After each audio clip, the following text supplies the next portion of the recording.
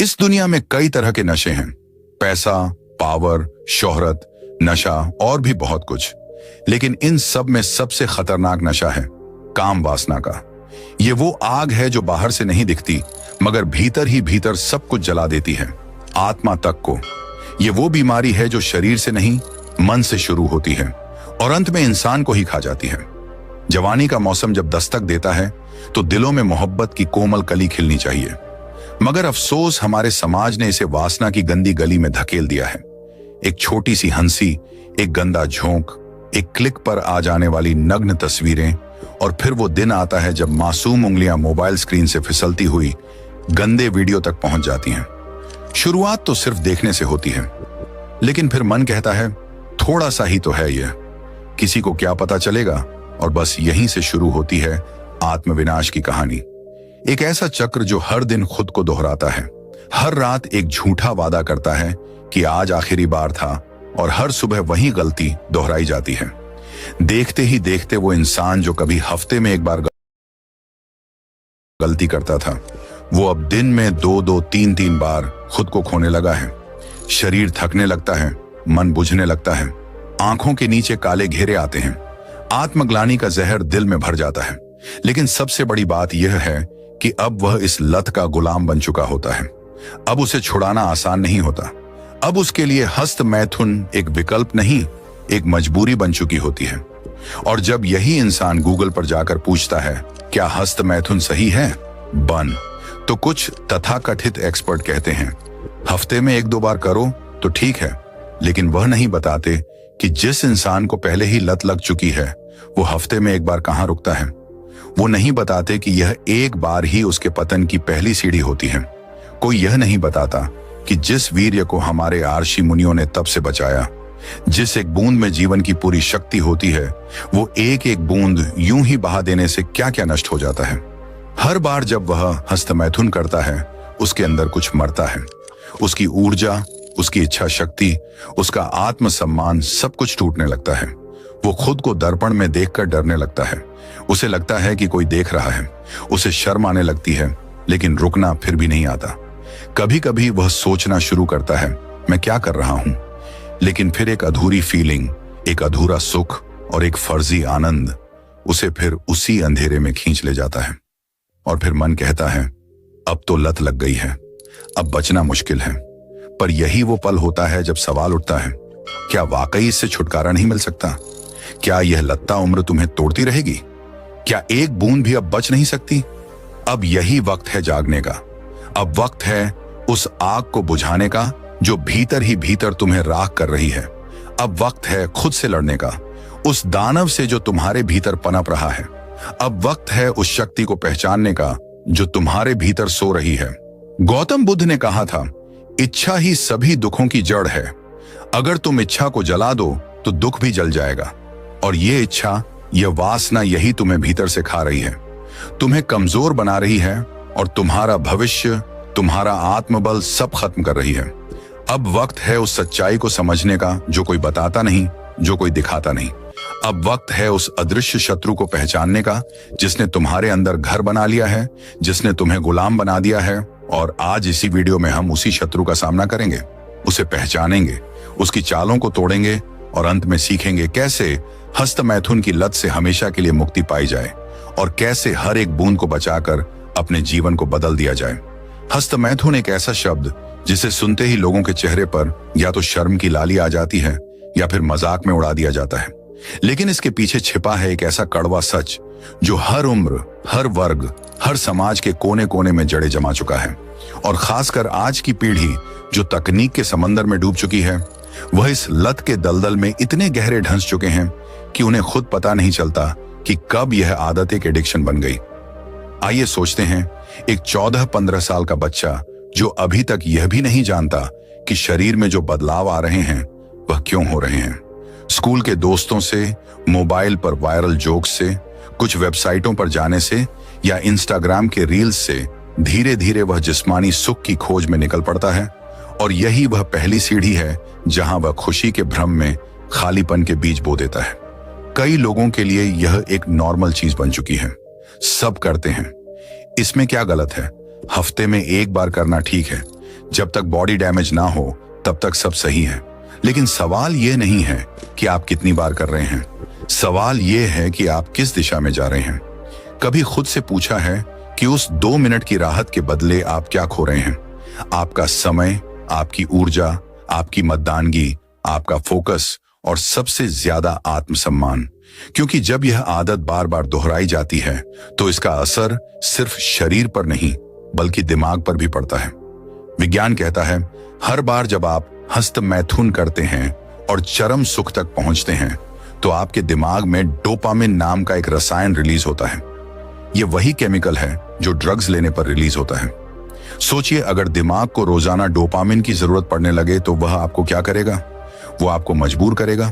फिर आप खुद को रोक नहीं पाएंगे। फिर आप पढ़ाई के बीच में करेंगे, ऑफिस में बैठकर सोचेंगे, बाथरूम में फोन लेकर जाएंगे, रात को देर तक जागेंगे, सुबह थक कर उठेंगे और दिन भर खुद से घृणा करेंगे। आपका शरीर धीमा पड़ने लगेगा, आंखों के नीचे काले घेरे, कमजोर याददाश्त, पीठ दर्द, थकावट, गुस्सा, अकेलापन, आत्मग्लानि, ये सब धीरे धीरे आपके जीवन का हिस्सा बन जाएंगे। और आप कहेंगे, मुझे नहीं पता मैं ऐसा क्यों महसूस कर रहा हूं। गौतम बुद्ध ने कहा था, वासनाओं की आग में जलता हुआ मन शांति को नहीं पहचान सकता, और जब मन शांत नहीं होता तो जीवन की कोई दिशा नहीं होती। कई लोग सोचते हैं हम खुद को रोक लेंगे, बस आज आखिरी बार, लेकिन वह आज हर दिन आता है और हर दिन वह खुद से हार जाते हैं। क्योंकि यह सिर्फ एक आदत नहीं है, यह एक मानसिक जाल है जिसमें आप बार बार फंसते हैं। जैसे मकड़ी के जाले में तड़पती हुई मक्खी, और जितना ज्यादा छटपटाते हैं उतना ही गहराई में फंसते जाते हैं। पर अब वक्त आ गया है इस चक्र को तोड़ने का। आपको जानना होगा कि हस्त मैथुन के पीछे की वासना ही असली दुश्मन है। वासना वो नशा है जो आपको लाजवाब नहीं कमजोर बनाता है, जो आपके व्यक्तित्व को छीन लेता है, आपकी आंखों की चमक, आपके शब्दों की शक्ति और आपके आत्मबल को खत्म कर देता है। इसीलिए इस वीडियो की शुरुआत इसी सवाल से होती है, क्या आप सच में आजाद हैं, या फिर आप एक ऐसे आभासी सुख के गुलाम हैं जो आपका सब कुछ चुपचाप छीन रहा है? इस वीडियो में हम गहराई से समझेंगे कैसे यह आदत शरीर को खोखला करती है, कैसे इसका असर आपके रिश्तों पर, आपके आत्मविश्वास पर और आपकी मानसिकता पर पड़ता है, और सबसे जरूरी बात, कैसे आप इस जाल से बाहर निकल सकते हैं, कैसे आप अपने दिमाग की शक्ति को पहचान सकते हैं, और कैसे आप खुद को उस ऊंचाई तक ले जा सकते हैं जहां आपने कभी सोचा भी नहीं था। क्योंकि यह सिर्फ हस्त मैथुन छोड़ो की बात नहीं है, यह उस ऊर्जा को संभालने की बात है जिसे प्राचीन आर्षियों ने ब्रह्म तेज कहा है। और आज हम उसी रास्ते की तरफ चलेंगे जहां एक बूंद भी व्यर्थ नहीं जाएगी, जहां आप अपने भीतर की शक्ति को पहचानेंगे और एक नए जीवन की शुरुआत करेंगे। तो चलिए शुरुआत करते हैं उस बदलाव की जो आपको खुद से जोड़ देगा, वह बदलाव जो आपको भीतर से मुक्त कर देगा। हर इंसान के भीतर एक ऊर्जा होती है, जीवन की शक्ति, ब्रह्मांड से जुड़ी हुई वह अद्भुत चेतना जो हमें इंसान बनाती है। यही ऊर्जा हमारे विचारों को जन्म देती है, हमारे निर्णयों को दिशा देती है और हमारे जीवन को ऊंचाई प्रदान करती है। लेकिन जब यह ऊर्जा बार बार असावधानी से बस तात्कालिक सुख के लिए बहा दी जाती है, तब इंसान धीरे धीरे खुद को खोने लगता है। हस्त मैथुन या स्वयं सुख की आदत आधुनिक समाज में एक आम बात बन गई है। लोग इसे एक नॉर्मल क्रिया मानते हैं, एक स्ट्रेस रिलीफ का तरीका मानते हैं। लेकिन क्या उन्होंने कभी सोचा है कि हर बार जब यह क्रिया होती है तो शरीर क्या खोता है, मन पर क्या असर पड़ता है और आत्मा, उसकी आवाज कैसे धीरे धीरे शांत होने लगती है? शरीर सबसे पहले प्रतिक्रिया करता है। जब कोई युवा बार बार इस आदत का शिकार होता है, तब उसके शरीर की मूल ऊर्जा, जिसे संस्कृत में वीर्य कहा गया है, क्षीण होने लगती है। यह सिर्फ कोई तरल नहीं है, यह संचित बल है जिसमें हड्डी, मज्जा, रक्त और मस्तिष्क तक के पोषण का सार छिपा होता है। जब यह ऊर्जा बार बार बाहर जाती है तो चेहरे की चमक धीरे धीरे मुरझाने लगती है, आंखों में नजरों की धार कम होने लगती है, आवाज की गूंज खो जाती है और शरीर समय से पहले थकने लगता है। एक युवा जो पहाड़ हिला सकता था, अब सीढ़ियां चढ़ते समय भी हांफने लगता है। लेकिन नुकसान केवल शरीर तक सीमित नहीं रहता, असली युद्ध तो मन के भीतर शुरू होता है। मन को हर बार झूठा डोपामिन चाहिए होता है। तात्कालिक सुख की आदत लगने के बाद मन किसी और चीज में संतोष नहीं पाता। किताब खोलो, ध्यान नहीं लगता। माता पिता से बात करो, चिड़चिड़ापन, किसी रिश्ते में जाओ, वहां भी अधूरी तृप्ति। धीरे धीरे मन एक बंद कमरे जैसा हो जाता है, जहां बाहर की रोशनी तो दिखती है पर भीतर घुटन है। आत्मग्लानि घर कर जाती है और इंसान खुद से ही नजरें चुराने लगता है। वो हर दिन सोचता है आज के बाद नहीं, लेकिन फिर रात होते वह खुद अपनी कसम को तोड़ देता है। फिर आता है वह पक्ष जो सबसे अदृश्य होता है, लेकिन सबसे महत्वपूर्ण, पूर्ण आत्मा का पतन। आध्यात्मिक रूप से जब कोई व्यक्ति अपने भीतर की ऊर्जा को संभाल कर रखता है, तब उसकी चेतना ऊर्ध्वगामी होती है, उसका मन स्थिर होता है, उसके विचार स्पष्ट होते हैं, उसका अंतर्मन शांत होता है। लेकिन जैसे ही यह ऊर्जा निचले केंद्रों में बहती है, सिर्फ इंद्रियों की तृप्ति तक सिमट जाती है, तब चेतना भारी हो जाती है, ध्यान लगाना कठिन हो जाता है, प्रार्थना में भाव नहीं आता और एक सूक्ष्म दुख हर वक्त पीछा करता है, जैसे आत्मा धीरे धीरे चुप हो रही हो। और यही सबसे बड़ा नुकसान है। जब आत्मा की आवाज नहीं सुनाई देती, तब इंसान दिशा खो देता है। वह सफलता के पीछे दौड़ता है, लेकिन शांति नहीं मिलती। वह रिश्ते बनाता है, लेकिन जुड़ाव महसूस नहीं करता। वह अकेला होता है तो खुद से भागता है और अंततः वह पूछता है, मैं क्यों ऐसा हूं? लेकिन उसे उत्तर नहीं मिलता, क्योंकि उत्तर तभी मिलता है जब भीतर की ऊर्जा स्थिर होती है, जब शरीर, मन और आत्मा एक रेखा में होते हैं। जब व्यक्ति अपने वीर्य को, अपनी शक्ति को जो संभाल कर रखता है, तब उसका शरीर ओजस्वी होता है, मन शांत और एकाग्र होता है और आत्मा की आवाज फिर से सुनाई देती है। हस्त मैथुन कोई अपराध नहीं है, लेकिन इसकी लत एक आत्मिक अपमान है। यह उस शक्ति का अपमान है जिसे ब्रह्मांड ने तुम्हारे भीतर रखा है, ताकि तुम खुद को ऊंचाइयों पर ले जाओ, ना कि तात्कालिक सुख में फंसे रहो। तो अब प्रश्न यह नहीं है कि क्या यह गलत है, प्रश्न यह है क्या तुम खुद के साथ न्याय कर रहे हो। प्रश्न यह है क्या तुम उस ऊर्जा को बर्बाद कर रहे हो जिससे तुम्हारा भविष्य, तुम्हारा तेज, तुम्हारा चरित्र बन सकता है। चलिए इसे एक कहानी के माध्यम से समझने का प्रयास करते हैं। गांव के किनारे बसा एक शांत घर, और उसी घर में रहता था एक होनहार युवक आरव। उम्र महज 17 साल, लेकिन आंखों में बड़े सपने, पढ़ाई में तेज, सोच में गहराई और स्वभाव में शालीनता।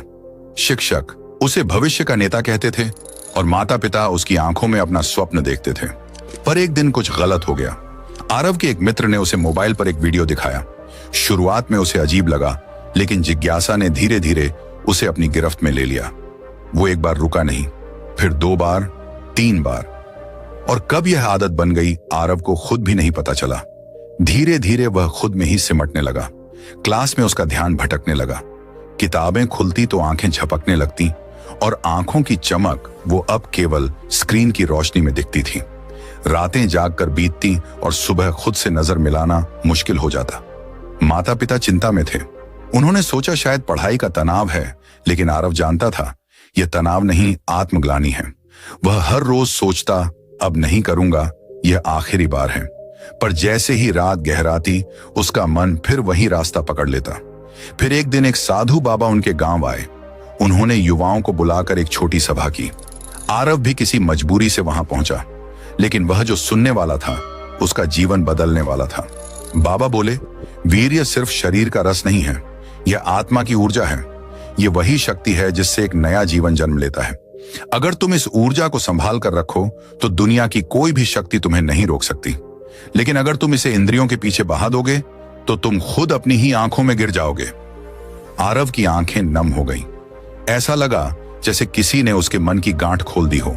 सभा के बाद वो बाबा से मिला और सारी सच्चाई बता दी, कांपते हुए, टूटते हुए।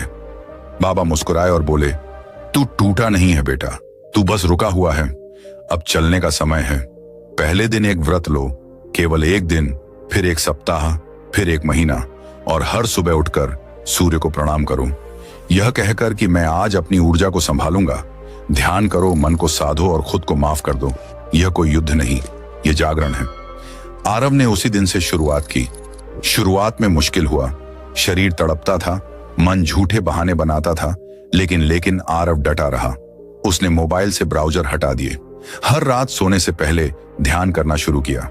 सुबह जल्दी उठने लगा, ठंडे पानी से स्नान किया और खुद को बार बार याद दिलाता, मैं इस ऊर्जा से अपना भविष्य गढ़ूंगा। कुछ ही हफ्तों में उसके चेहरे पर फिर से रोशनी लौट आई। आंखों में आत्मविश्वास, चाल में दृढ़ता और जीवन में एक नया उद्देश्य।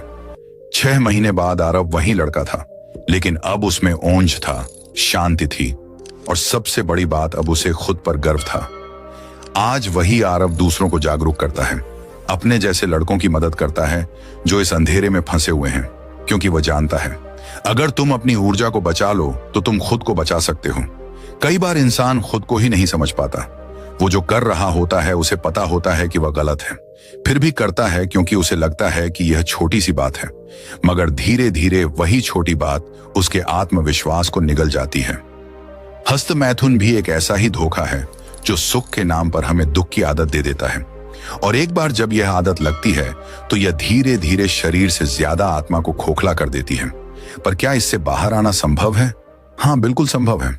अगर व्यक्ति सिर्फ लत छोड़ने की कोशिश ना करे, बल्कि खुद को जानने की प्रक्रिया शुरू करें, क्योंकि लत सिर्फ बाहर नहीं छूटती, वो भीतर से बदलने पर अपने आप छूटती है। जब इंसान हंसता मैथुन करता है तो असल में वो अपनी ऊर्जा को अपनी ही इच्छा से नष्ट कर रहा होता है। यह कोई आम ऊर्जा नहीं होती, ये वही बल है जिससे नया जीवन जन्म लेता है। यह ब्रह्म तेज है, और जब हम उसे बार बार खो देते हैं तो वह हमारी आंखों की चमक, चेहरे की आभा और आत्मा की ताकत को भी साथ ले जाता है। पर जब तुम उसे बचाने लगते हो तो वह तुम्हें बचाने लगता है। सबसे पहला कदम होता है खुद से ईमानदारी। रोज सुबह उठो और अपने आप से कहो, मैं खुद से भाग नहीं रहा, मैं इस आदत को देखने के लिए तैयार हूं, मैं इस विचार को भगाकर नहीं समझकर मुक्त करूंगा। हर बार जब मन कहे एक बार और कर लो तो उस आवाज को टालो मत, बस उसे ध्यान से सुनो, क्योंकि लत का इलाज संघर्ष नहीं, साक्षी भाव है।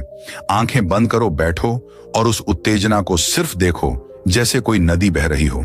तुम किनारे पर बैठे हो, बस देख रहे हो। उस भावना के पीछे जो खालीपन है, जो बेचैनी है, उसे महसूस करो। यही है मूल कारण और यहीं से शुरू होती है मुक्ति।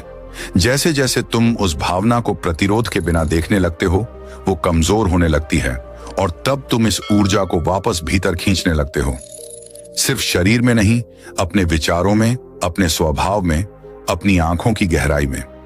आधुनिक मनोविज्ञान भी कहता है, रेपिटेशन रिवायर्स द ब्रेन। अगर तुम हर बार उस अर्ज के समय अपने ध्यान को सांस पर ले जाओ, या 20 पुशअप कर लो, या ठंडे पानी से चेहरा धो लो, तो मस्तिष्क की पुरानी लत टूटती है और नई आदत बनती है। पर अगर तुम सिर्फ आदत बदलते हो तो डर है कि कहीं किसी और चीज की लत ना बन जाए।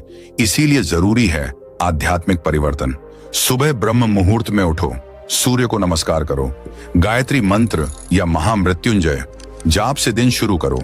शरीर में ऊर्जा संचित करो, ना कि नष्ट। प्राणायाम और ध्यान को जीवन का हिस्सा बना लो। धीरे धीरे तुम्हारा चित्त शांत होगा, और जब चित्त शांत होता है तब वासनाएं खुद शांत हो जाती हैं। याद रखो, यह लड़ाई वासना से नहीं है, यह यात्रा है आत्मज्ञान की ओर। और जो खुद को जान लेता है वह किसी भी आदत का गुलाम नहीं रह जाता। तुम्हारा उद्देश्य सिर्फ हस्त मैथुन छोड़ना नहीं होना चाहिए। तुम्हारा उद्देश्य होना चाहिए एक तेजस्वी, ऊर्जावान और दिव्य जीवन जीना। क्योंकि जब लक्ष्य ऊंचा होता है तो रास्ते की लतें अपने आप पीछे छूट जाती हैं। मनुष्य के भीतर एक दिव्य शक्ति होती है, एक ऐसी शक्ति जिसे यदि सही दिशा में संचालित किया जाए तो वह उसे साधारण से असाधारण बना सकती है। वही शक्ति है वीर्य। लेकिन आज का समाज इसे सिर्फ एक शारीरिक द्रव्य मानकर इसकी बर्बादी में लगा हुआ है, जबकि हमारे ऋषियों ने कहा वीर्य रक्षण आत्मरक्षण है। प्राचीन ग्रंथों में वीर्य को केवल शरीर की शक्ति नहीं बल्कि आत्मिक उन्नति की नींव माना गया है। चरक संहिता कहती है, वीर्यम आयुः बलम शक्तियां स्थैर्यम ओंज सुखम धृति, यानी वीर्य ही जीवन है, बल है, स्थिरता है, ओंज है, सुख और धैर्य है। तुम सोचो, जब एक बूंद वीर्य से एक संपूर्ण मनुष्य का निर्माण हो सकता है तो उस शक्ति को संभालना क्या ब्रह्मा के वरदान जैसा नहीं? आर्षि मुनि ब्रह्मचर्य का पालन करके ही आर्षि बने। आर्षि वशिष्ठ, जिन्होंने अनेक वर्षों तक ध्यान और तप में वीर्य को संभाल कर रखा, उनकी वाणी आज भी वेदों में गूंजती है। महर्षि पतंजलि कहते हैं, ब्रह्मचर्य प्रतिष्ठा या वीर्य, अब जो ब्रह्मचर्य में स्थित होता है वह अपार वीर्य बल प्राप्त करता है, जिससे उसका शरीर नहीं आत्मा भी तेजस्वी हो जाती है।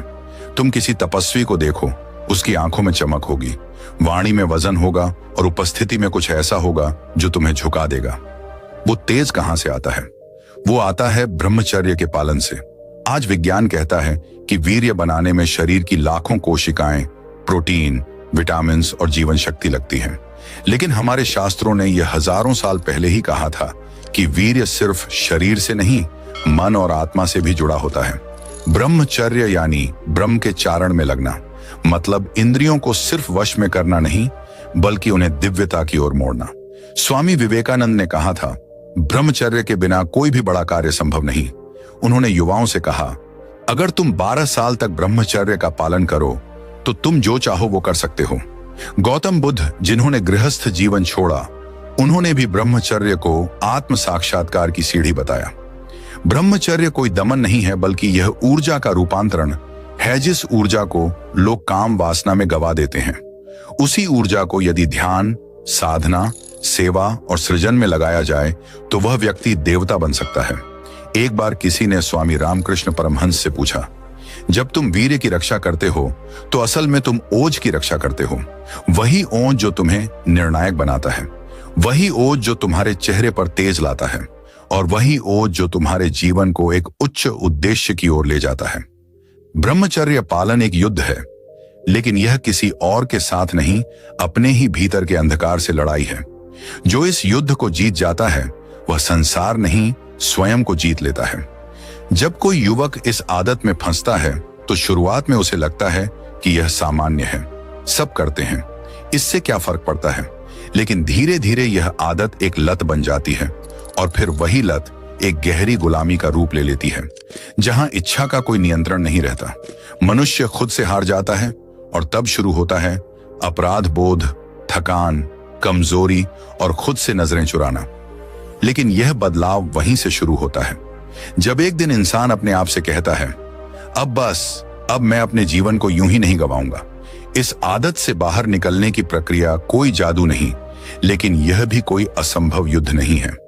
सबसे पहले समझो, हस्त मैथुन की लत कोई शारीरिक आदत नहीं, यह एक मानसिक और भावनात्मक आदत है, और इसे बदलने का पहला कदम है अपने माइंडसेट को बदलना। जब भी काम इच्छा तुम्हें घेरने लगे, उस समय अपने आप से पूछो, क्या मैं सिर्फ कुछ पल के आनंद के लिए अपनी ऊर्जा, अपनी शक्ति और अपने भविष्य को बर्बाद करने जा रहा हूं? यही सवाल धीरे धीरे तुम्हारे भीतर एक चेतना पैदा करता है। अब शुरू होता है प्रैक्टिकल अभ्यास। सबसे पहला उपाय है दिनचर्या को अनुशासित बनाना। जहां आलस्य होगा वहां वासनाएं जन्म लेंगी। सुबह जल्दी उठो, सूर्य को प्रणाम करो, नहाओ और शरीर को शुद्ध करो। व्यायाम और प्राणायाम को अपनी आदत में लाओ, क्योंकि जब शरीर थका हुआ नहीं होता तब ऊर्जा भीतर घूमती है, और अगर उसे दिशा नहीं मिली तो वह काम वासना बन जाती है। आहार पर नियंत्रण जरूरी है। तीखा मिर्च, मसालेदार और देर रात का खाना वासनात्मक विचारों को बढ़ाता है। फल, ताजे शाकाहारी भोजन और सात्विक भोजन से मन स्थिर होता है। ब्रह्म मुहूर्त में उठकर ध्यान करना शुरू करो। शुरू में मन भागेगा, विचलित होगा, लेकिन बस बैठे रहो। धीरे धीरे वही बैठना ध्यान बन जाएगा, और वही ध्यान तुम्हारे विचारों को रूपांतरित करेगा। और सबसे जरूरी बात, अकेलेपन से बचो, क्योंकि यह आदत अकेलेपन में पलती है। अपने आप को लोगों के बीच रखो, समाज से जुड़ो, सकारात्मक मित्रता बढ़ाओ। जब कभी इच्छा जागे तुरंत उठो, चलो, पानी पियो, मुंह धो लो और किसी और कार्य में लग जाओ। मन जब कामच्छा की ओर खींचता है तब उसे ज्ञान और भक्ति की ओर मोड़ो। राम नाम का जप करो, भगवत गीता पढ़ो और अपनी आत्मा से जुड़ो। और अगर फिर भी मन टूट जाए तो अपराध बोध में मत डूबो। बस इतना कहो, आज नहीं हुआ लेकिन कल मैं जीतूंगा। हर बार गिरने पर उठो, हर बार इच्छा को बदलो। मैं इस ऊर्जा को बचाकर कुछ महान रचने वाला हूं। धीरे धीरे दिन दर दिन तुम देखोगे तुम्हारे भीतर एक नई शक्ति जन्म ले रही है। तुम्हारा चेहरा तेजस्वी हो रहा है, तुम्हारी आंखों में आत्मविश्वास लौट रहा है, और तुम पहले से अधिक स्थिर और शांत महसूस कर रहे हो। यही यात्रा है आत्मविजय की, जहां शरीर का नहीं, मन का नियंत्रण होता है। और वही सच्चा ब्रह्मचर्य है, जहां कोई जोर जबरदस्ती नहीं, बल्कि आत्मा की पुकार पर संयम का मार्ग चुना जाता है। और अंत में बस इतना कहना चाहूंगा कि तुम्हारा जन्म इस धरती पर केवल खाने, सोने और थोड़े से आनंद के लिए नहीं हुआ है। तुम्हारे भीतर वह दिव्य ऊर्जा है जो एक बार जाग गई तो तुम खुद को भी बदल सकते हो, और इस पूरी दुनिया को भी। तुम कोई सामान्य शरीर नहीं हो, तुम उस चेतना का अंश हो जिसने सृष्टि को रचा है। तुम्हारी हर एक बूंद वीर्य कोई साधारण पदार्थ नहीं, वो तुम्हारे पूर्वजों की तपस्या, तुम्हारे वंश की शक्ति और तुम्हारी आत्मा की आग है। इसे बर्बाद मत करो, इसे बचाओ, इसे साधो और देखो कैसे वही ऊर्जा तुम्हें एक साधारण इंसान से असाधारण इंसान बना देती है। अगर आज तुमने तय कर लिया कि अब से मैं खुद पर विजय पाऊंगा, तो यकीन मानो ब्रह्मांड की सारी शक्तियां तुम्हारे साथ खड़ी होंगी। हमारा यही उद्देश्य है, तुम्हें जगाना, तुम्हें बदलना और तुम्हें तुम्हारे सच्चे स्वरूप से मिलवाना। अगर तुम्हें इस वीडियो ने कुछ भी महसूस कराया, एक हलचल, एक विचार, एक संकल्प, तो अपने दिल से जुड़े रहो हमारे YouTube चैनल से, जहां हम हर दिन लाते हैं ऐसी कहानियां, गहराई, ज्ञान और वो सत्य जो तुम्हें खुद से मिला दें। इस चैनल को सिर्फ सब्सक्राइब मत करना, इसे अपने जीवन का हिस्सा बना लेना, क्योंकि यहां सिर्फ वीडियो नहीं आते, यहां आत्मा जागती है। जय ब्रह्मचर्य, जय आत्मशक्ति। आपका जीवन ऊंचा हो, यही प्रार्थना है। दोस्त, इस वीडियो को देखने के बाद अगर तेरे दिल